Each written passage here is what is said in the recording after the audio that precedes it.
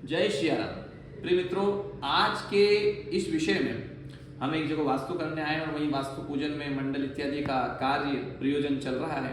उसी बीच में एक सूत्र, हमें ज्योतिष का अद्भुत सूत्र आया जो कि हम आपके साथ में शेयर करना चाहते हैं। अद्भुत सूत्र यह है कि जब भी जन्म कुंडली में जो केंद्र के 4 भाव होते हैं, यानी कि लग्न, शुक भाव, पत्नी का भाव और कर्म भाव, ये जो 4 भाव अपनी जन्म कुंडली में होते हैं, इन्हें केंद्र भाव कहा जाता है। जन्म कुंडली में इन्हीं केंद्र भावों के जो स्वामी होते हैं, मान लीजिए कि कन्या लग्न की कुंडली है, तो कन्या लग्न की कुंडली में उन केंद्र 2 भावों के स्वामी कौन हो गए?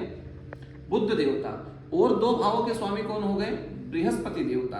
तो वो जो बुध देवता और बृहस्पति देवता है, यदि वह जन्म कुंडली में एक ही भाव, और वह एक भाव भी विशेष भाव, यानी कि कर्म भाव, यानी कि जो 4 भाव केंद्र के भाव हैं, उन चारों भावों के स्वामी जाकर के केंद्र में युति बना करके बैठ जावे, या तो सुख भाव में बैठ जावे, या लग्न में बैठ जावे, या कर्म में बैठ जावे, या फिर सप्तम में बैठ जावे, तो ऐसे व्यक्ति के जीवन में बन जाता है राजयोग। और यह राजयोग उसके जीवन में सर्वस्व संपदा लाने वाला होता है, सर्वस्व सुख लाने वाला होता है, ऐश्वर्य लाने वाला होता है, धन धान्य समृद्धि इत्यादि जीवन में लाने वाला होता है।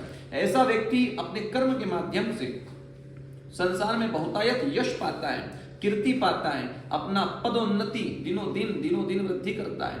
इस प्रकार के सारे युति क्रम उसके जीवन में बने रहते हैं। तो प्रिय मित्रों, ये अद्भुत राजयोग है जिसके विषय में, अब इस राजयोग, मान लीजिए हमारी जन्म कुंडली में ये राजयोग है, लेकिन हमारी जन्म कुंडली में राजयोग तो है, लेकिन हमारे पास अभी वर्तमान में चलने के लिए साइकिल भी नहीं है। ऐसी स्थितियां भी कई बार जीवन में निर्मित हो जाती है। प्रिय मित्रों, प्रारब्ध, जब भी हमारी जन्म कुंडली में कोई योग बनता है या कोई भी ऐसी स्थिति निर्मित होती है, तो हमारी जन्म कुंडली में प्रारब्ध का विशेष महत्व होता है। प्रारब्ध क्या होता है? प्रारब्ध यही कि हमारी जन्म कुंडली में विशेष क्या बना होगा, क्या हम कर कर आए, वो प्रारब्ध इस समय राजयोगों में बड़ा महत्वकारी होता है। किसी की जन्म कुंडली में राजयोग ना होते हुए भी उसके पास सब कुछ है, और किसी की जन्म कुंडली में राजयोग होते हुए भी उसके पास कुछ नहीं, उसमें प्रारब्ध का भी बड़ा महत्वपूर्ण भाग है। तो प्रिय मित्रों, अद्भुत राजयोग है ये। और इस राजयोग की सिद्धि के लिए, मान लीजिए आपकी जन्म कुंडली में राजयोग है और आप इस राजयोग का लाभ नहीं ले पा रहे, तो फिर आप क्या कीजिए? आप अपने लग्न का भजन कीजिए, निश्चित आपको लाभ होगा। तो प्रिय मित्रों, अद्भुत सूत्र है, आप इस सूत्र को अपनाइएगा और निश्चित आपका ये सूत्र कल्याण करेगा। और इसी प्रकार के ज्योतिष सूत्रों को देखने के लिए बने रहिए हमारे साथ। जय श्री राम।